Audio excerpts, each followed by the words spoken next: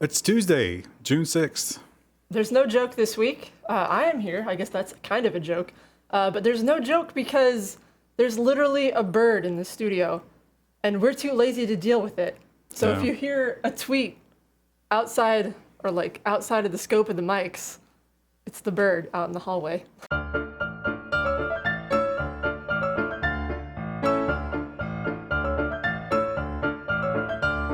We've not yet identified the breed of the bird. Oh, that was a loud one. You might have heard that one. He's small, but he's loud. It's not Tux though. Also, I'm assuming it's gender. I shouldn't do that. Yeah, you shouldn't do that. It's a drab-colored bird, which usually means female, right? Yeah, he's a little brown bird, or she. I don't know. Tiny little brown bird. I was like looking at it and waving. And well, speaking of tweets, Europe is saying that Twitter is failing to remove hate speech. Now, how much hate speech is too much hate speech?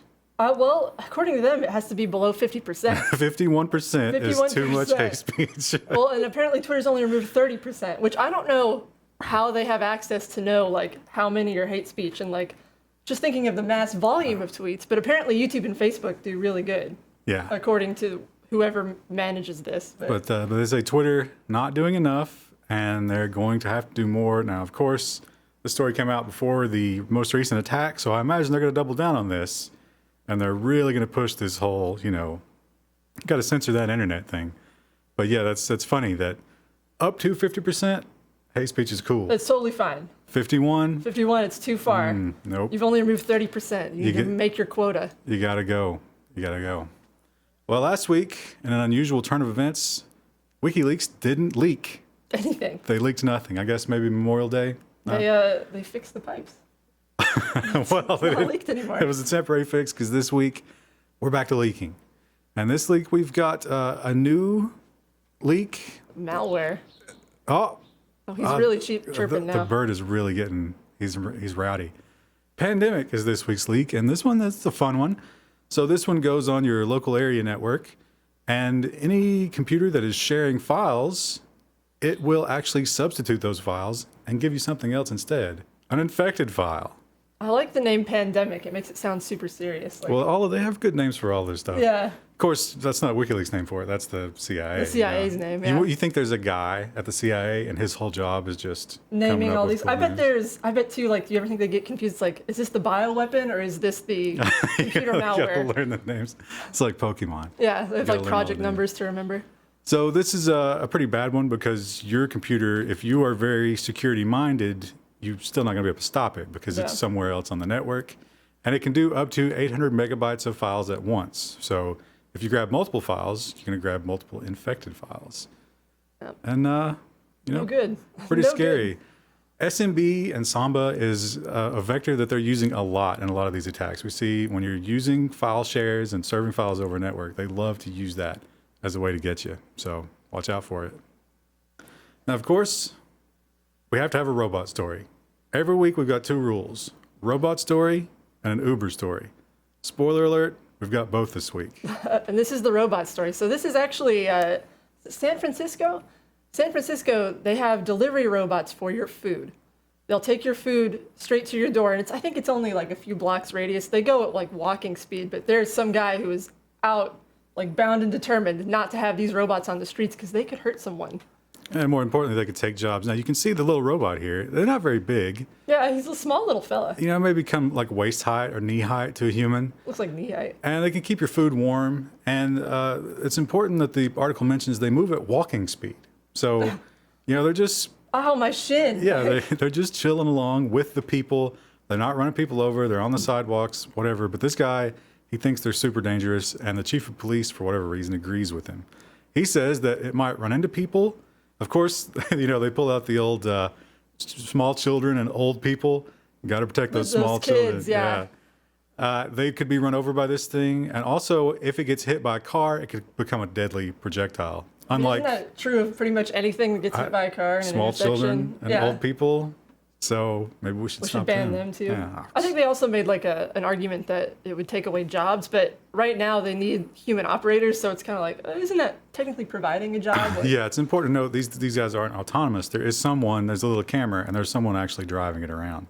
And it has all sorts of anti-collision features as well. So What happens if someone just wants to take the food out of it? Like, does the person have to like back it up and like put it in turbo?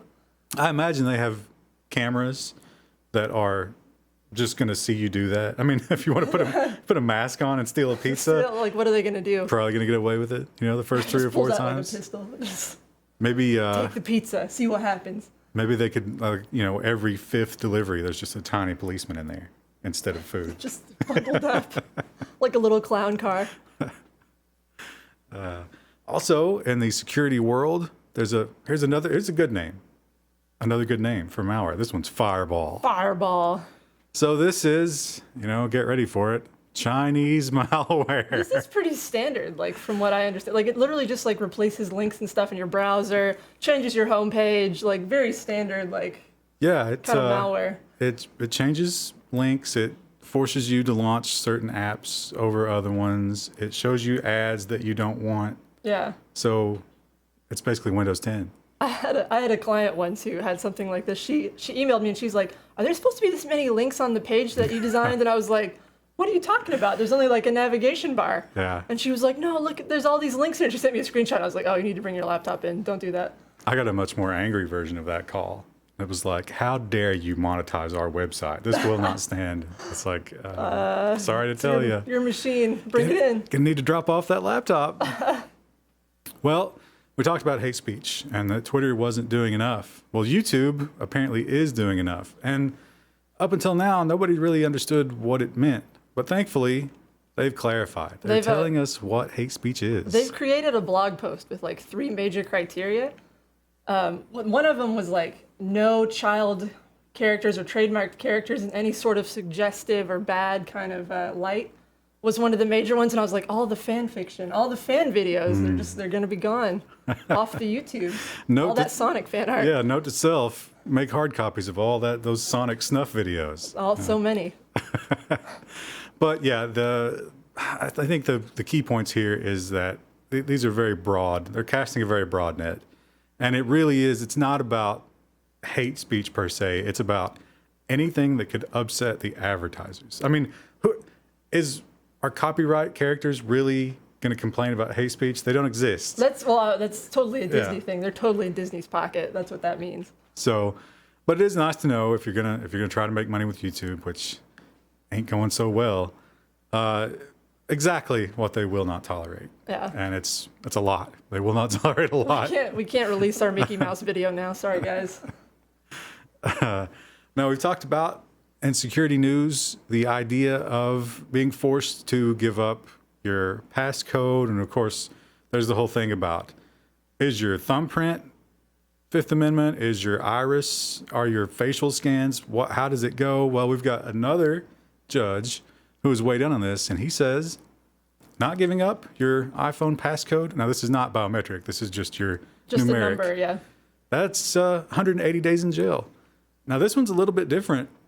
This guy is swearing up and down, no, I gave it to them. Didn't he not remember it? That was the story. Like, No, he said he gave it to them, but the one he gave them Was incorrect. Didn't work. Yeah. So this judge is saying 6 months in jail. And of course, if you ever give a working password during that time, you're free to go.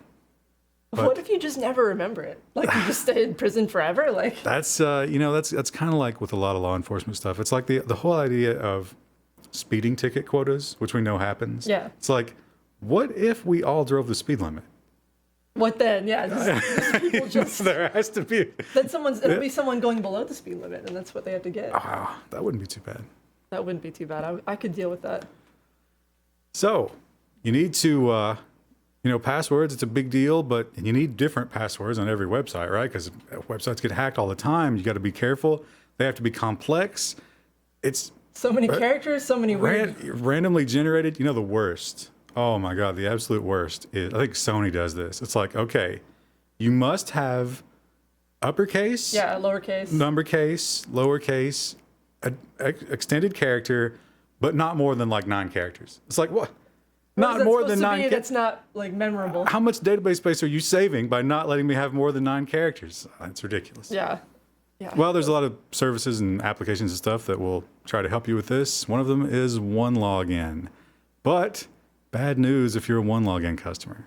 Yeah, they've been hacked. Everything is out in the open. You can all your passwords gone. You should probably not use this service. I read this article and I didn't know anything about this company, and I was like, wait, people do that? Like, they don't just like write down their password somewhere, like memorize their passwords, but apparently people will use it all aggregated in here, and it's been compromised. So now the problem here is it was an Amazon AWS thing that was left unprotected. The people got in, everything is encrypted, but they're saying like, we can't promise that the keys weren't in there. It's like, oh, well, that's that's a problem. Okay. So they probably do know all of your passwords. So not only do you need to change your OneLogin password and stop using it, but you need to go and change every password that you had on that service. In which case, maybe you should just not use OneLogin. Have fun. At least if you want to use something like this, use something that's a local install, and you just make backups of it, because keeping things out there on the internet, not a great idea. Seems like a bad idea. I think KeyPass is a popular one a lot of people use. I personally don't use them. Well, we got a blast from the past. This was actually the last time you were on the news. Yeah, I know. I actually recognize this story. Oregon man who said he was an engineer, his release actually is an engineer, and it's okay for him to say that. Well, temporarily. Temporarily okay for him to say he's an engineer. Now, this story, just to recap in case you don't watch every episode, that bird is really... The bird is getting loud. He's getting wild out there. But he liked this story, so. he's a big fan. He's tweeting. He hates red light cameras. So this story was about red light cameras, and this guy noticed that the city had reduced the amount of time that the yellow light stayed yellow in order to increase the red light camera revenue. His wife got a ticket because of it. That's why he did all this research. And he made it his mission in life to, he had all these crazy graphs, and he had pages and pages, spreadsheet data. And they fined him, was it $500? Yeah. $500 for engineering without a license in the state. So he has sued them, as he well should have, and the judge in the case, bizarrely, has granted him a special right during the case to call himself an engineer despite not having any engineering credentials. It's two super pedantic forces just up against each other. It's like, I don't know if I really want either one to win, but in a way, it seems good. It's like, well, yeah, you should give him that ability, but in another way, you should be like, well, he doesn't need that right in the first place. He already has the right to call himself whatever he wants. Yeah. If I can identify as a woman, can I not identify as an engineer? I identify as an engineer, but not like an actual engineer, but like an engineer from the new Alien movie. I identify as someone who drives trains. Oh, okay. So you're just gonna walk right in there, start driving away. Well, I'm an engineer. Yeah. Well, the people using OneLogin are not the only people who leave their passwords lying around everywhere. It's the government now, of course, naturally, has lost a bunch of people's stuff again. Well, it's not quite the government. As with most leaks, this is a contractor, Booz Allen. And they, once again, this is an Amazon AWS thing, they left the AWS instance no password. With no password. Nothing. Just password. Walk right on in. No password at all. And there are people, heads up, if you're using AWS, there are people who just look for ones that don't have passwords and poke around in them. And somebody found this. And it turns out that they had, stuff about the Pentagon in there, logins, critical information. But the best part was SSH keys. Literally public and private. And that's how they figured out who it was. Because this guy had his public key on his LinkedIn. And they were like, hey, that's this guy. Oh, no. That private key must be a way into Booz Allen. It's the SSH keys for Booz Allen. So pretty embarrassing. The best part of this article, though, you should switch back so we can see it. Scroll down a little bit. There's a block quote inside of the article that's like, oh no, it's Booz Allen. It's like the most sarcastic looking text ever. Because apparently this isn't the first time this has happened to this company. Oh no, not again.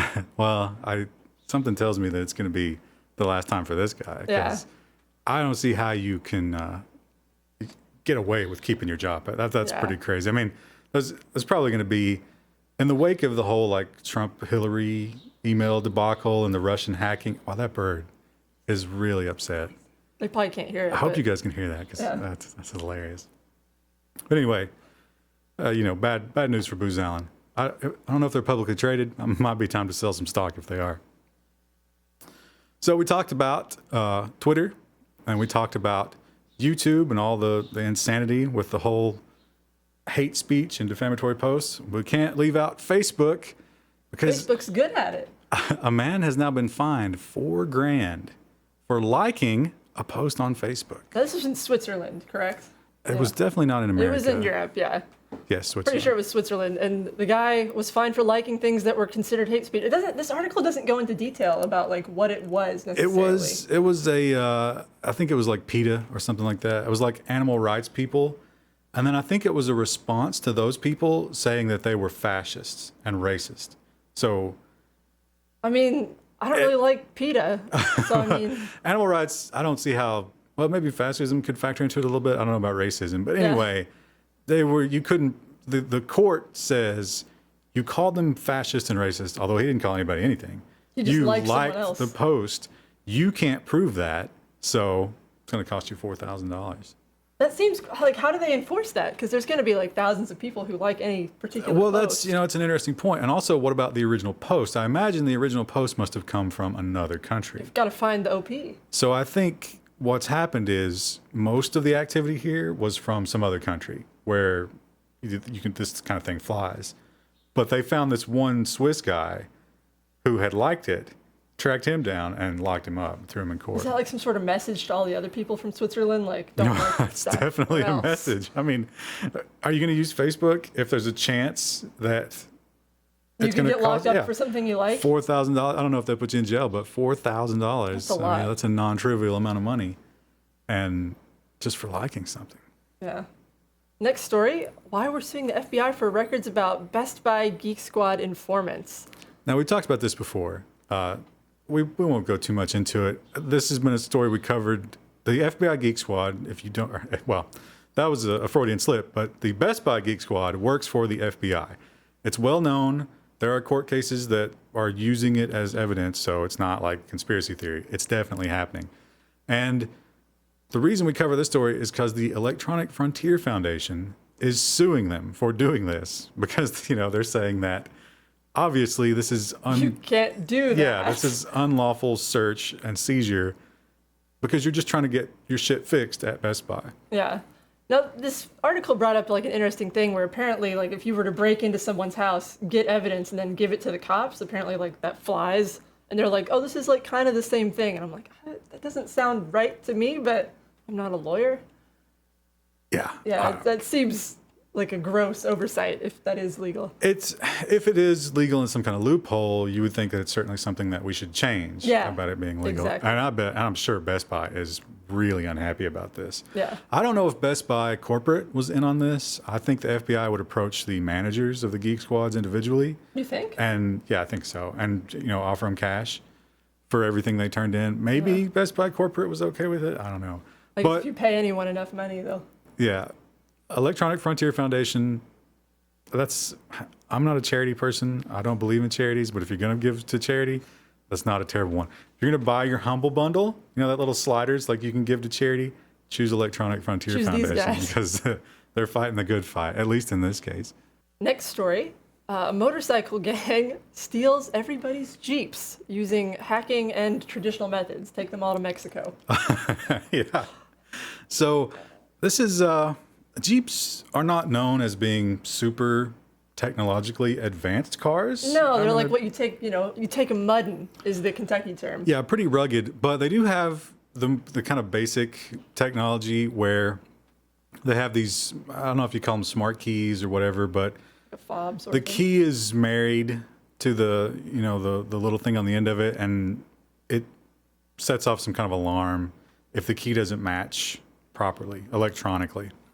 So what this motorcycle gang was able to do was infiltrate. They're not sure if the Jeep dealership was working with them or if they just somehow got in, but they got into the Jeep database, downloaded all the keys, and used some pretty simple technology to make their own keys. There's two codes. So one code allows you to cut the key. It tells you, the bumps and ridges.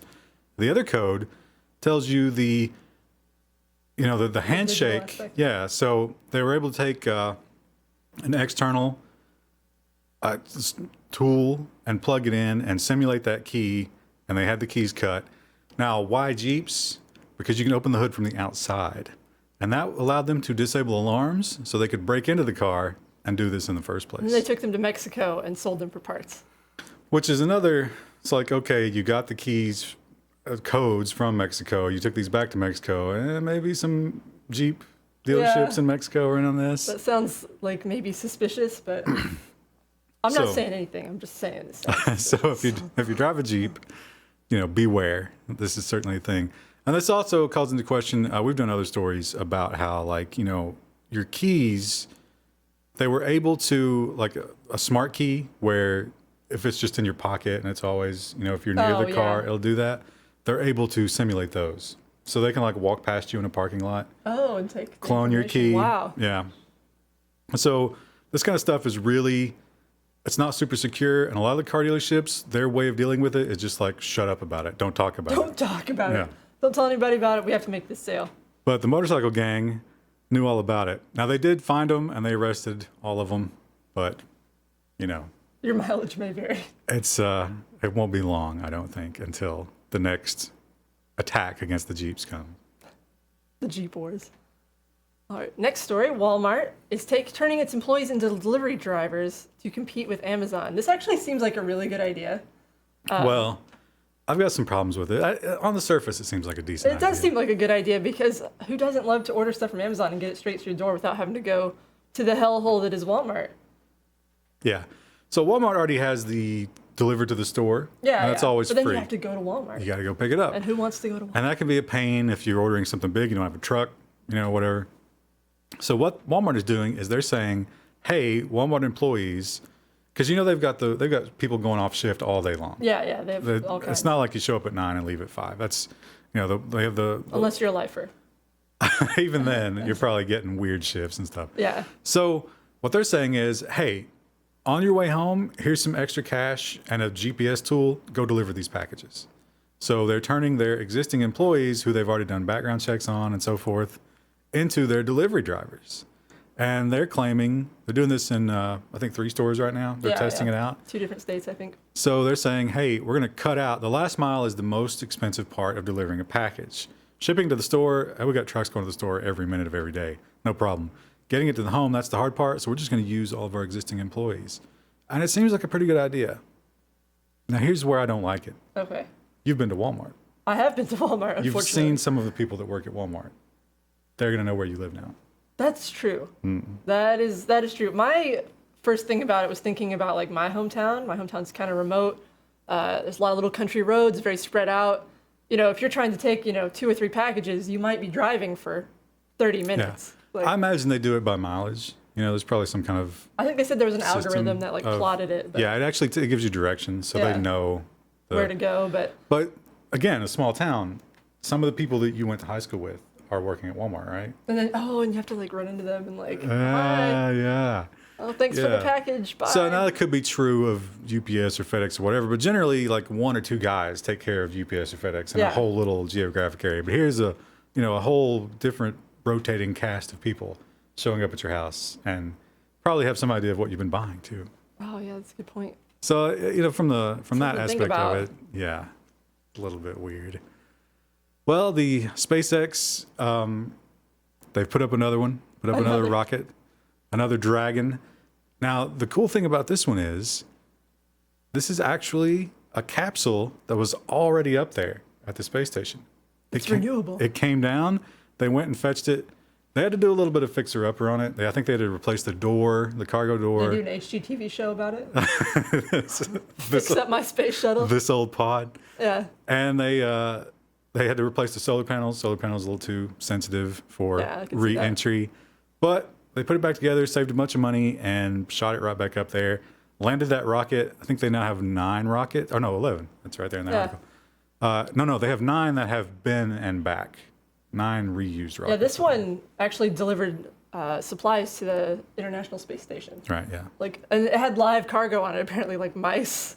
And I think it was fruit flies they were doing tests on. And I was like, wow, can you imagine? I wonder how many there were in there. They said it was like 6,000 pounds of cargo on that little capsule. So, good. So It's a pod that's been used twice, cargo pod.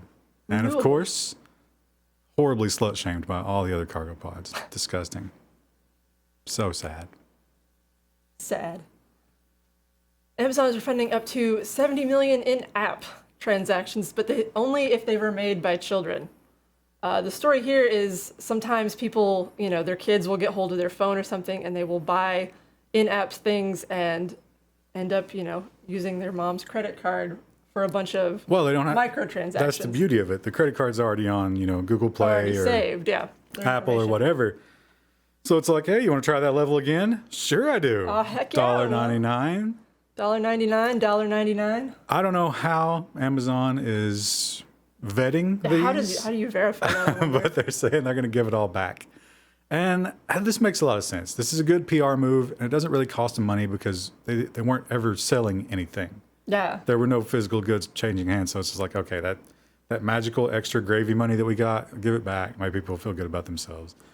It seems like they're doing it for microtransactions. I wonder if they're doing it just for apps in general. So, like, if your kid bought, like, a $20 version of Minecraft app, like, I kind could of they doubt refund it. the whole thing? Or I think probably what they're doing here is they're trying to get ahead of lawsuits. Because, a lot of those apps, it really is kind of insidious the way that they really just like, hey, would you like more of these or would you like to do that again? Yes, I would, but you don't see up in the corner it says $1.99. And especially for a child, that. On one level, it's like, surely you should be, like, monitoring what your kid's playing. Oh my God. I would think. If we're going to, come on. Yeah. It's like, you can't put those things on TV. Why not? Because kids might see it. Well, isn't it the parents' job to make sure they're not watching it? No. Parents get a free ride in this country and every other country. So I think it's just Amazon saying, hey, let's get in front of this. We don't want to get sued. We'll make this again in no time as a new wave of children. Get sucked into it. And then the next time we'll be like, listen, we gave it back to you once. You can't complain again. You can't complain again. Everybody gets one free. Ethiopia turns off the internet nationwide. This is not the first time this has happened in an African country. I think Algeria was the last one to do this a couple years ago. And the reason they're turning off the internet is for exams. I think it's like 10th grade student exams. They want to make sure everyone is doing it correctly and by the book and not cheating using Google. Now, unlike, larger countries, they all take the exam literally at the same time. They're like, Blanketed. Just desks in the courtyards everywhere, and everybody's doing it at the same time. And the reason they do that is to try to prevent people from leaking stuff and cheating. Yeah, it's like, okay, there's one test. There's probably like 10 copies of the same test or something. It's like, I got test B, and here are all the questions I remember from the test. So they're trying to stop that, and they took it a step further by turning off the internet.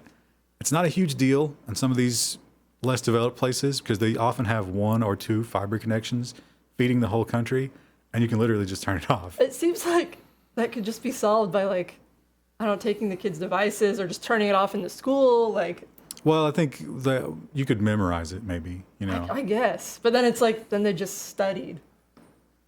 I mean, they took like a prep test. No studying. You just need to be able to do it from memorization. I think the better question is regular classes. If this is such a problem, is this kind of standardized testing really, what are we testing? Yeah, Should exactly. we maybe rethink that before we turn off the internet? I imagine they probably have bigger problems in that part of the world, unfortunately. That's not the way they're going with it. Apple is manufacturing a Siri speaker to outdo Google and Amazon. Yeah, we love the recording device stories on this channel. And we usually, we talk a lot about Alexa and Google's version of it. Well, Apple is desperate to get into this zone. And so it wants to put Siri on a speaker just like Alexa and the Google Assistant and do the same thing. Yeah. Innovation. Now, think different. The one thing that they've done with it is they've made the speaker better. They've made it a nice speaker. So they're saying that not only is this going to be something that you talk to a personal assistant and all that nonsense, you can play music with it and you can use it for your TV surround sound and things like that. So as a part of like your whole Apple package, if you have the whole Apple home system it'll set. integrate with all of your Apple stuff, of course, to keep you in the family, as it were. Now, when we cover stories like this, we love to talk to Alexa, people that own Alexas. Today, we're going to say, Alexa, subscribe to Amazon Prime. Now, why would we say that? Because we just got partnered on Twitch. Smash that subscribe button. In case you didn't know, you get a free Twitch subscription. So that's twitch.tv/teampgp. Shameless advertisement. Smash that sub button. Smash that sub button. We're playing a lot of Battlegrounds. We're not good. We're not good at all. Well, it was big news in technology this week. Of course, Wendell is out at Computex, and we expect him to have all sorts of details. He did mention that there are a lot of NDAs coming out of Computex, so I don't know exactly how much info he's going to have for us. Not immediately, anyway. But there are a couple of things that we'll briefly cover about new releases this week. First is Intel's Compute Card. This is it's basically a smartphone with no screen. That's essentially what you're getting here. I read this article. I was like, okay. So this is, I think it's got 4 gigs of RAM and a decent processor. It's nothing too exciting. But basically, it's got networking and wireless and everything. But basically, this is just a mini computer that you sort of carry around with you. Now, right now, it doesn't have a ton of uses. It doesn't have a lot of utility reasons to have it. Now, you can imagine that this would be something you plug into a dock or even a laptop or maybe just a monitor, and it travels with you. You could go from point A to point B and have the same computer. Now, the reason this could be exciting has to do with another video that we've recently worked on that's coming out soon, and that is the idea of a hypervisor that literally moves with you. So you have a virtual machine running at home, and you put it in your pocket computer or your phone or whatever, and it moves seamlessly, and it's in your phone, and you're using it in your phone on your way to work. You get to work, and you move that virtual machine onto your work hardware, wherever you are, or whatever, and you never shut it down, and you never turn it off, and it's literally a virtual machine that moves everywhere that you move. If we could get something like this, these kind of devices are going to be amazing, because you literally have everything you were doing on your computer with you, and you take it wherever you go. And it moves seamlessly. Doesn't exist yet.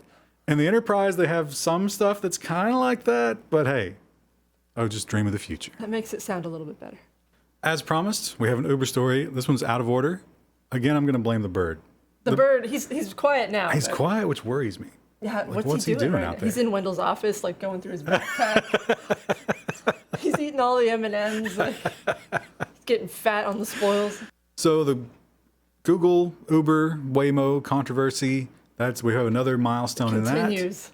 And they have fired Anthony Levandowski. Now, this was the guy who formed Otto after leaving Waymo, formed his own company, and then was acquired by Uber. And he's at the heart of all of this. They say he stole the secrets to the self-driving technology and all that stuff. Well, he has refused to cooperate in this case. He refused to cooperate with the court, Fifth Amendment, and he's refused to cooperate with Uber. He won't even tell them the details. They just fired him straight out. Yeah. So they gave him 30 days, I think, change his mind. He didn't, so now he's out. This seems like such a complex web. Every time, there's always just another step forward where it just gets more convoluted. I kind of get it, because self-driving is going to be a huge industry. And these guys are poised. Yeah, they want to be in on the ground floor of it. And it's smart. It's smart to get there, be the first. Probably a good thing to be. But, literally lying, cheating, and stealing to get there, it's going to cause you some problems. It probably will pay for itself in the end with whoever wins. Well, this is another story. We've talked about this in the past. Oh, okay. The old refillable ink cartridges. A lot of people were sued for this back in the day, and almost all of them settled because they were freaked out and they're like, oh, please, Lexmark, please have mercy on me. But one company said no and actually won in the Supreme Court. Yes, this went all the way to the Supreme Court. Now, if you're not hip to this, when you buy a Lexmark printer, they are selling that printer at a loss. That's why printers are cheap. It's also why they don't give you any ink with it. They give you the little starter cartridge, which is a quarter full. It's I've printed one picture, it's done. And then you go to reorder the ink and you find out it's $50, $100 to fill up even the smaller consumer level printers. Well, that's why. That's where they make their money. So they get very upset when these other companies fill those same cartridges back up for pennies on the dollar. And of course, they have litigated relentlessly, historically, to shut that down. But now we have a Supreme Court ruling saying it's totally cool to refill your ink cartridges. Set a precedent. That's actually really good. That's good news. Not that probably most of our audience probably doesn't do a lot of printing, but that's kind of good news for me when I'm doing proofs. It was also unanimous. So there was one dissent. There were more than one things were being decided here. Yeah. Ruth Bader Ginsburg dissented on one thing. And it's like, when you look at Ruth Bader Ginsburg and you think, is there any way she comprehends anything about this? I mean, there's no way. There's no chance. Yeah. I think she just like marked the wrong circle on one of her papers. And when they mentioned it to her, she was like, I meant to do that. I meant to do that. But it's fine, though, because they won. Yep. A win for the good guys for once. So if you felt bad about buying those knockoff ink cartridges, now you can feel vindicated. Because the Supreme Court agrees with you. I think, unfortunately, what will happen here is we will now have an explosion of really crappy, bad ink refillers that will show up. And the bad ink refills will leak and will screw up your printer. So it'll be like the consistency of cottage cheese, just trying to like print. It's disgusting. Well, the red versus blue debate, we thought we had it settled. It was fun while it lasted. It was a fun drama. There were lots of mean comments. We got a lot of videos out of it. It's like a Spanish soap opera. There's another twist. It really is. It's another twist. Someone died. So, Computex, a few of the more exciting things to come out of it were Threadripper. Now, what a name. They talked about a few things about Threadripper, and the most exciting thing, of course, we kind of already had leaks of it, is that we're talking about 16 cores and 32 threads. Pretty amazing. That is a very, very powerful chip. I don't think they mentioned a price yet. I think maybe some people know the price, but it's NDA, so I'm not going to say anything. They were on top for a while because that was the big thing. It's like, okay, fine, you have cheap CPUs. They're good. They perform well, but they're not the best. Team Blue is still objectively the best. AMD came out and they said, look at this monster. Look how amazing it is. And everybody was like, wow, that's cool. But then days later, Intel comes out. 18 cores and 36 threads. It's like a Friday on a soap opera. I used to watch One Life to Live with my mom when I was in high school, and it literally was like every Friday, like someone came back from the dead. Or that's exactly what happened. So this i9, I can't remember what it's called. I think it's the 7980XE or something like that. Just a string of numbers, which makes sense if you're like an industry insider. But 7980XE, it's going to be an amazing $2,000 for a retail price. It's outrageous. So crazy. Now, we don't know the Threadripper flagship. We don't know the price for that yet. I'm gonna do that again because I said flagship. Oh. Now for the Threadripper flagship, we don't know the ultimate price for that. I kind of suspect. I think a leak said that was going to come in around like $900. So you're talking about, if that turns out to be true, you're talking about $1,000 difference. That's pretty standard. The AMD is usually cheaper. For 2 cores. Yeah, for 2 cores. Now, you are going to get a better clock speed with the i9 Extreme. And they're also breaking out this new technology that they claim they're going to pick 2 cores on the chips, the best 2 cores, and they're going to add extra turbo for those. So the clock speed is going to be way better. And when you're doing single or low thread applications, you're going to be able to turbo those up past what the other ones can do. So you kind of have like the best of both worlds in terms of a single core versus a multi-core chip. But that is a huge price difference. The other interesting thing, $2K though. On the Threadripper is going to give you 64 PCI Express lanes, which, if you talk to Wendell, you got to have those PCI Express lanes. Yeah. I'm sure Wendell will have like so many just freaking video ideas when he gets back from Computex. He's going to be way into this. And also, since they've apparently figured out the whole like pass-through video thing too, so you're going to have 64 PCI Express lanes with which to run various virtual hardware. Okay. So you could literally have, if you had a motherboard that would support it, you could have like 4 video cards and you could be passing them through to different virtual machines, which would be ridiculous. Insane. I'm sure we'll do a video on that. The Intel, unfortunately, only 44, which is still a pretty huge amount, but it ain't 64, and it's $1,000 more expensive. So again, I'm sure even the comments in this video once again will erupt because We'll tear each other apart. The AMD people are going to say value, and they're not wrong. And the Intel people are going to say it's the best, and they're probably not wrong. Of course, we'll have to do the benchmarks to find out for sure. Jesus Christ. Please go to our Patreon. There's so many benchmarks. And donate $1 because we're going to have to buy a $2,000 CPU. Intel won't give us one. Maybe we'll get lucky. Maybe we'll get lucky. You could maybe just harass Intel and tell them to send us one instead. Yeah. Don't do that. Yeah, please don't do that. Well, the other announcement is kind of boring. The Microsoft Surface Pro, the new one. Now they're saying it's the best laptop, the most innovative laptop, the most incredible laptop, but there's a problem with it being a laptop. It's kind of more of a tablet. It doesn't come with the keyboard. Keyboard will cost you $150 to $200. Yeah, it's like almost $200. And all you're going to get is the little soft keyboard. It's not even, It's not a clackety keyboard. Yeah, it's not that great. Not so superior. Weird that they're calling it a laptop. They're really focusing on that word in all of their marketing talk.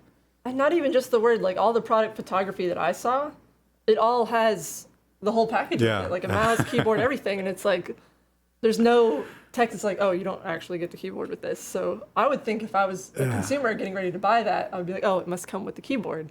Yeah, but it doesn't. It's hard to think like in the automotive world, it would be like, I don't know, selling you a car that doesn't have a shifter. You don't need that. Don't Well, worry you got to about go get one. Go get a stick and jam it down in this hole. that. They're going the Apple route. It's like, just buy the adapter. It's fine. Microsoft is more and more becoming Apple, which is terrifying. But Surface Pro, otherwise not too much of an exciting makeover. I think they released this news last week and we decided not to include it because when you go down the feature list, it's like same as last one, same as last one. Same. Oh, also, we're going to screw you up a little bit. New processor and, some improvements. I think the display even is exactly the same. So not super exciting. You might want to go to the used market for that.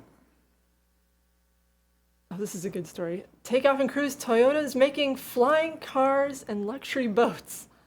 The flying car, they spent a lot of money researching and developing this. They're wanting to do it for the Tokyo Olympics, I think in 2020.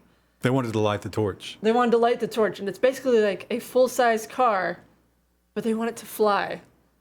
And they've done some tests, and they've spent like 300,000 US, and I can't remember how many millions of yen, and the thing literally just like came up to, like, they said it was like eye level, and then just immediately like tanked. The idea is, like a lot of other flying vehicles, is it uses fans to hover. But you got to remember, this is a full-size car. I'm sure it's stripped down. I think it was just an aluminum frame, what that article said. It might weigh less than a ton, but still, let's say it's 3/4 of a ton. With fans, that's crazy. And so they're having a lot of trouble. They get it off the ground, but stabilizing it and keeping it flying, it just keeps not falling. so much. Are they planning on putting a person in it too? Like, is there going to be a torch guy in there? That would have to be, I would think. He's got like a helmet on. And Well, the torch is up above the spectators, right? Yeah. So can you Usually imagine it's like this up in the thing? center of the So arena. there's a car on fire in some way, and it just live flames. dives down into the audience. That's not going to be good for Toyota's image. What are they going to put in there? Oh crap! Now what the idea here is, they were talking about Back to the Future. Was they wanted a car that's a regular car, but you switch over to flying mode and it just takes off. Like the duck boat for the air. Which is really, really cool, but it doesn't work. It doesn't work. They've got a couple years, but I don't know. Like, can you imagine how much can you imagine sitting beneath and like just feeling like a fan, just like blowing your head down? Like, yeah. Another thing they talked about was how much dirt and gravel this thing was throwing around. Because you got to think about the force of these fans again, picking up a car. And that's a lot. You got to think about what's on the road under it, and where's all that stuff going to go. the whole audience has like safety goggles. And like mouth protectors. Yeah. It was a beautiful Olympics. If I could have seen any of it. They have those like in the dirt rally racing, like the dirt track racing, where they have the tearaways where you tear away the thing on top of your goggles because it's constantly getting muddy. Dirt. People trying to watch the Olympics. Worth that ticket price. So I think it's interesting, and all of our visions of the future, everybody thought flying cars, right? Like Yeah, we're yeah. going to get, no one thought about self-driving cars. And But it was always flying. Everyone wants to fly, though. yeah, and so now we have self-driving cars, but Flying cars, it's a harder problem to solve, I think. yeah, well, yeah, they're trying. Ooh, they're trying. They're trying. All right, we have some design stories this week, too. Ubisoft has changed their logo for the first time in 14 years. Scroll down a little bit so they can see it. It is okay. You know, my favorite thing that I saw about this is someone showed the side view, and it's just a turd. Yeah, You know, yeah. like a swirl. The old one used a lot of like gradients and colors and stuff like that, and it was you can see it right there. That's fine if you're always doing stuff on screen. If you ever need to do something in print or one color, that's obviously going to be an issue. So they tried to like kind of clean it up, but the main issue you sort of run into is it just looks unpolished and unfinished. So like, I'll scroll back up a little bit. So you can see this like this little section here. It looks like they just didn't know how to terminate the stroke in Illustrator, so it's just like a straight line. But you can tell that they also wanted it to be quote unquote intentional because it's repeated in the O. And it's like, what? Why not just make it more obvious or remove it entirely? It just feels unpolished and unfinished. I hate it. I don't like it. Unpolished and unfinished as related to Ubisoft?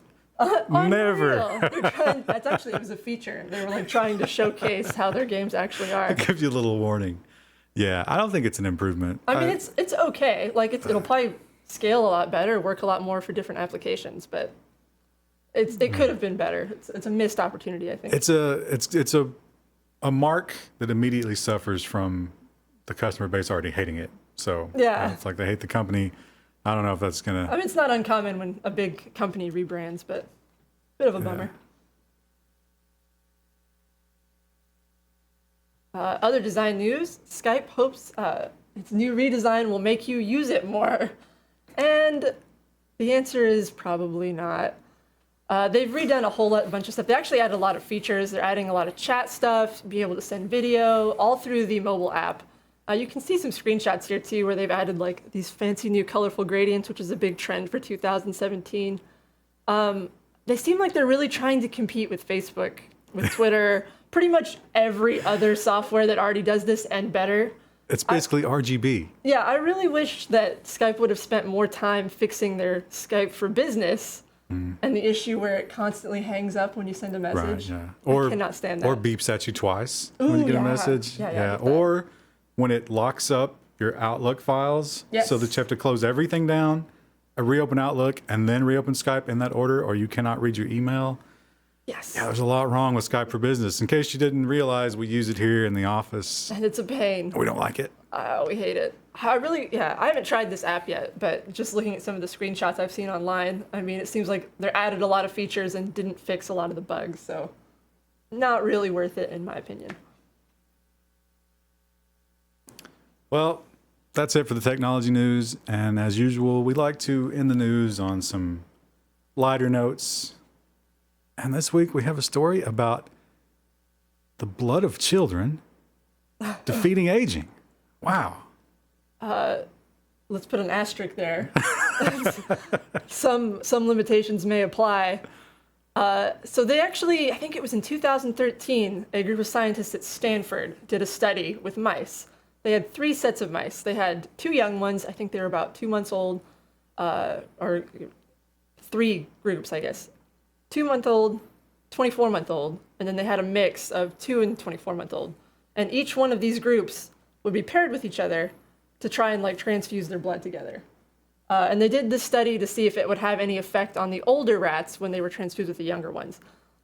Turns out, I think the only thing that really changed was that the older rats had smaller hearts when they were dissected. So it maybe could potentially help you with like heart issues and heart failure as you get older, but it's not been tested in humans. There is a sucker born every minute. And a company Bloodsucker. a company has found a way to make money off this already. That's right. So a lot of people joke about how, the political and financial elite are using the blood of children to stay, like George Soros. That's a fun thing about him. Yeah. Well, there literally are people doing this, and it's $8,000 per treatment. And mind you, that this study that was done in 2013, as far as I'm aware, no other scientific team has like managed to replicate the results in that study. Just for reduced heart size, not for like youthful mouse appearance, because remember, not been tested in humans. Well, maybe they're just suppressing all this data to keep the plebs in the dark. Yeah, they want us to stay old and crippled. Now, $8,000 for the blood of children. And in a totally unrelated story, I want to announce that Level 1, we're going into a new venture, the Level 1 orphanage. Now, you know that I am really sensitive to the plight of the children. And I want to take care of these little tykes. If you know any children that need a home, we're going to open up the basement. We're going to put them in there. We're going to take perfect care of them. Perfect care. Yeah. It's going to be like Kitten Academy. Right. Where we raise them up and I would say we'll put webcams on them all day long, but I don't think that's legal. I don't think that's legal either. Probably not as cute either. Definitely not as cute. Well, DRM, it's controversial. A lot of people say that it's a pointless expense for the publishing companies and it's a pointless annoyance for the users and it'll just be cracked within a week anyway, so why are you wasting your time? Well, a new game came out called Rhyme, and it took about a week, and it's been hacked. And it literally took a week, but the thing is the company that published these said that if you guys can crack this, we will remove it entirely from the game. And they actually stuck to their word. Good guy developer. They're actually going to remove it from the game. They're actually going to do it. Now, it's sad because the people who removed or got around it and came up with the crack discovered that the DRM was actually making hundreds of calls per second to confirm that things were happening. And it had an actual measurable performance impact. It was a fairly massive one that people were complaining about online. So the people who pirated the game had an objectively better experience than the people who paid for the game and installed the horrible DRM onto their system. So this is a good story. It kind of shows that it doesn't really work. You're not going to save much money with this, if at all, because it costs up front, and people will break it. So it's a good guy story. It's a feel-good story. It's a feel-good story. It's kind of like you did something stupid, but now you're going to suffer for it, and you fixed it. So the best possible situation. So not Ubisoft. Ubisoft will not. Ubisoft's DRM is their Uplay, so they'll never give that up. Oh, yeah, Uplay. I get so many emails from Uplay. Oh my God, Uplay is terrible.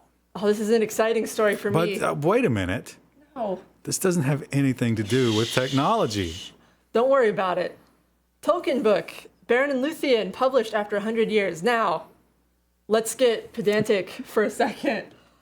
Beren and Lúthien has been published for a long time. It's one of the very first stories that the professor worked on. And he's actually released it in many forms. It's been released in the Silmarillion. Unfinished Tales, I think, has a version of it.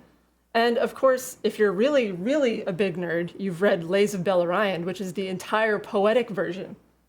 Literally just line by line poem of Beren and Lúthien. Sounds amazing. It's actually really good because it allows some character interaction, some development that you don't get in the base story.